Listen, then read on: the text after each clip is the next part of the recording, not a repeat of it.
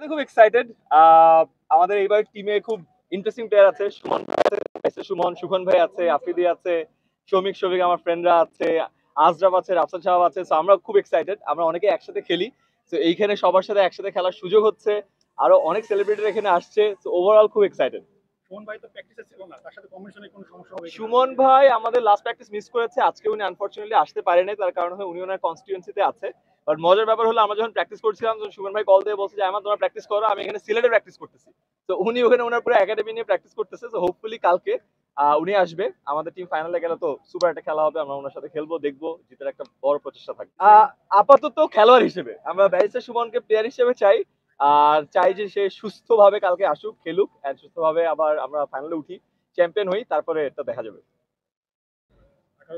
আর কোনো আচ্ছা, গরম কতটা উপভোগ করছেন? অনেক অনেক খেলার সময় গরম টরম মনে থাকে না ভাই। আমার তো পায়ে যেমন আমার লিগামেন্ট ইনজুরি, এমসিএল ছিঁড়ে গেছে, এই জাস্ট নি ব্যান্ড লাগায় খেলতে চলে আসছি। কারণ খেলার সময় যে অ্যাড্রেনালিন রাশ কাজ করে, ওই সময় ব্যথাও মনে পড়ে না, গরমও মনে পড়ে না, ঘামও মনে পড়ে না। যেমন ধরেন প্র্যাকটিস করতে করতে অলরেডি পুরো ঘেমে গেছি। তো হোপফুলি খেলার সময় সব কোনো কিছু মনে থাকবে না, মজার একটা খেলা হবে। আপনার হয়তো বা মনে পড়ে না, কিন্তু মুনজিন আপুর কাছ থেকে আসলে কোন ধরনের হ্যাঁ। কিছুটা ছিল কিনা এতটুকু পরে হালকা থাকে। ও ও তো অনেক বেশি পড়ুয়া, আমার থেকে অনেক বেশি ব্রিলিয়ান্ট ছাত্রছাত্রী। তো ও মানে স্টুডেন্ট। তো ওর লেখাপড়ার দিকে ঝোঁক বেশি, আমার তো খেলার দিকে ঝোঁক বেশি। আমি চেষ্টা করতেছি ওকে আস্তে আস্তে একটু জিমের দিকে আনা, ফিটনেসের দিকে আনা। রিসেন্টলি ও যোগা শুরু করছে।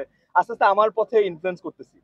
তো আইমান সাদিক ছোটকালে ফুটবল খেলতো কিনা? অনেক খেলতাম ভাই। আমার বাবা আর্মিতে ছিল, তো সামনে বিশাল মাঠ ছিল। আমি ক্যান পাবলিকে পড়ছি, ফুটবল, ক্রিকেট, ভলিবল, বাস্কেটবল খেলে বড় হয়েছি। আমি কলেজ লাইফে কলেজ চ্যাম্পিয়ন ছিলাম টেবিল টেনিসে। আমি পুল খেলতাম, ভলিবল খেলতাম। তো প্রচুর খেলছি। তো আমার জাস্ট খেলাটা হলো মেইন প্যাশন। পেশায় আমি শিক্ষকতা করি আর কি মাঝে মধ্যে। তরুণদের উদ্দেশ্যে আপনার মেসেজটা কি? খেলাধুলা করা উচিত, শরীর চর্চা করা উচিত, কিছু না পারলে দৌড়ানো উচিত, তাও না পারলে at least হাঁটা উচিত, ঘাম ঝরানো উচিত। মানুষ আসলে ডেস্ক জব করার জন্য মানে জন্ম হয় নাই। মানুষের একটু দৌড়া ঝাঁপা দরকার আছে। ফর মিলিয়ন্স অফ ইয়ার্স মানুষজন দৌড়াই আসছে, গায়ে গতরে কাজ করে আসছে, রাইট? আমরা এই জেনারেশন আমরা অনেক ডেস্ক জব করে দেখবেন কোমরে ব্যথা, মাজা ব্যথা, হাঁটু ব্যথা, সবকিছুতে ব্যথা। তো আমাদের মনে হয় যে খেলাধুলার প্রতি আগ্রহী হওয়া উচিত। এন্ড এইটার কারণে আমি এই পার্টিকুলার টুর্নামেন্টটাকে অনেক বেশি পছন্দ করছি, বিকজ অনেকেই মানুষগুলোকে ফলো করে, তাদেরকে খেলতে দেখলে হয়তো তারাও ইন্সপায়ার্ড হবে, খেলবে, না পারলে দৌড়াবে, না পারলে হাঁটবে, কিছু একটা করবে। So that's the message to the young generation.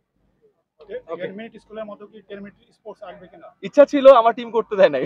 আমার তো খেলাধুলা নিয়ে অনেক প্যাশন, আমি করতে চাইছিলাম। আমি ফুটবল, ব্যাডমিন্টন শিখাতে চাইছিলাম, বাট আমার টিম বলে ভাই এটা আপনার নেশা, পেশার সাথে মিলায়েন না। সো আমি এখন না মিলাই আর কি নিজেকে কন্ট্রোল করতেছি আর কি।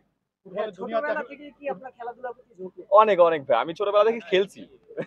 ফুটবলের দুনিয়ায় আপনি আসলে কোন দলকে সাপোর্ট করেন? আমি ন্যাশনাল টিমে আমি সাপোর্ট করি হলো ব্রাজিলকে, ক্লাবে আমি সাপোর্ট করি রিয়াল মাদ্রিদকে, আর প্রিমিয়ার লিগে সাপোর্ট করি হলো ম্যানচেস্টার ইউনাইটেড। বাংলাদেশের দলকে কেমন ভাবে দেখেন? বেশ ভালোভাবে দেখি। আমার তাদের সাথে একটা ম্যাচ খেলার সুযোগ হয়েছিল গত বছর। সো তাদেরকে কাছ থেকে চিনি, ক্যাপ্টেন থেকে শুরু করে অনেক প্লেয়ারকে। সো তাদের খেলা অনেক পছন্দ, দেখা হয়। রিসেন্টলি প্যালেস্টাইন ম্যাচে আমাদের ফুল গ্রুপ সহ যাওয়া হয়েছিল। সো আশাবাদী অনেক সামনের দিনগুলোর জন্য। আনিসুর এখন জিকোকে গোলকিপার হিসেবে কিভাবে দেখেন? ভালো। ইনফ্যাক্ট জিকোর সাথে আমার খেলা হয়েছে, জিকোর সাথে আমার ফার্স্ট দেখা হয়েছিল। আমরা একবার আমাদের টেলমেট ছিল, একটা ইন্টারনাল টুর্নামেন্ট ছিল।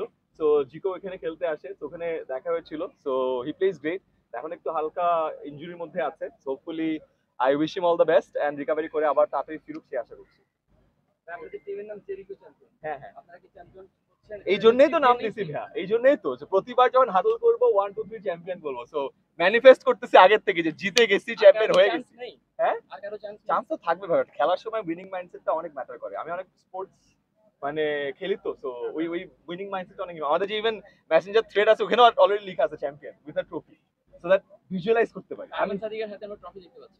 কিছু একটা দেখবেন, একটা রানার্স আপটা কিছু একটা আসবে ভাই, চিন্তা করেন না, ওটা হবে ইনশাআল্লাহ। আমি যেমন বই লেখার আগে কভার বানাই, তো কোনো কিছু ভিজুয়ালাইজ করতে থাকলে না ওইটা পাওয়াটা ইজিয়ার হয়। টিমের গোলকিপার হচ্ছে রাফসান সাহেব। হ্যাঁ হ্যাঁ হ্যাঁ। এটা কি মানে তার মানে সে একটু ফিটনেস ভালো, হ্যাঁ? হ্যাঁ। সেটা কি চালে বল ঢুকবে না এটা না না না, রাফসান কিন্তু কিপার না, রাফসান কিন্তু ফুটবল খেলে।